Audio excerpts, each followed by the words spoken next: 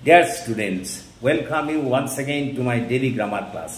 দেখো আজ একটা গুরুত্বপূর্ণ বিষয় নিয়ে তোমাদের কাছে হাজির হয়েছি। সেটি হলো COME কাম এবং CALM কাম এই দুটি শব্দের মধ্যে পার্থক্য। দেখো উচ্চারণগত দিক দিয়ে এদের মধ্যে কোনো পার্থক্য নেই, কিন্তু অর্থগত দিক দিয়ে এদের মধ্যে একটা বিরাট ব্যবধান আছে। আর উচ্চারণগত দিক দিয়ে এরা একই হওয়ায় তোমাদের এই দুটি শব্দকে নিয়ে নানা কনফিউশন দেখা দেয়। কোথায় কোনটিকে ব্যবহার করতে হবে তোমরা তা বুঝতেই পারো না। আজকের পর থেকে আর কোনো সমস্যা হবে না।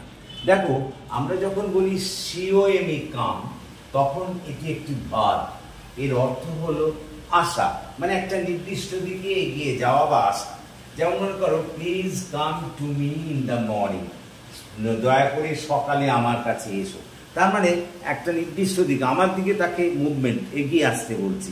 সেটি হলো কাম, COME কাম, এটা একটা ভার্ব। আবার CALM কাম, এটি একটি অ্যাডজেক্টিভ।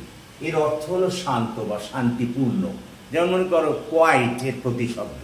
যেমন মনে করো আমি এখানে লিখেছি I saw a calm sea in the summer, আমি একটা শান্ত সমুদ্র দেখেছিলাম গ্রীষ্মকালে। এখানে CALM কিন্তু অ্যাডজেক্টিভ হিসেবে ব্যবহৃত হয়েছে। আবার CALM কাম নাউন হিসেবে ব্যবহৃত হতে পারে, তখন কিন্তু একটা শান্তিপূর্ণ অবস্থাকে বোঝায়। যেমন করো এটি নাউন হিসেবে ব্যবহৃত হয়, তখন শান্ত অবস্থাকে বোঝায়। যেমন he remained calm in emergency situation, সে এমার্জেন্সি সিচুয়েশনেও কিন্তু শান্ত ছিল।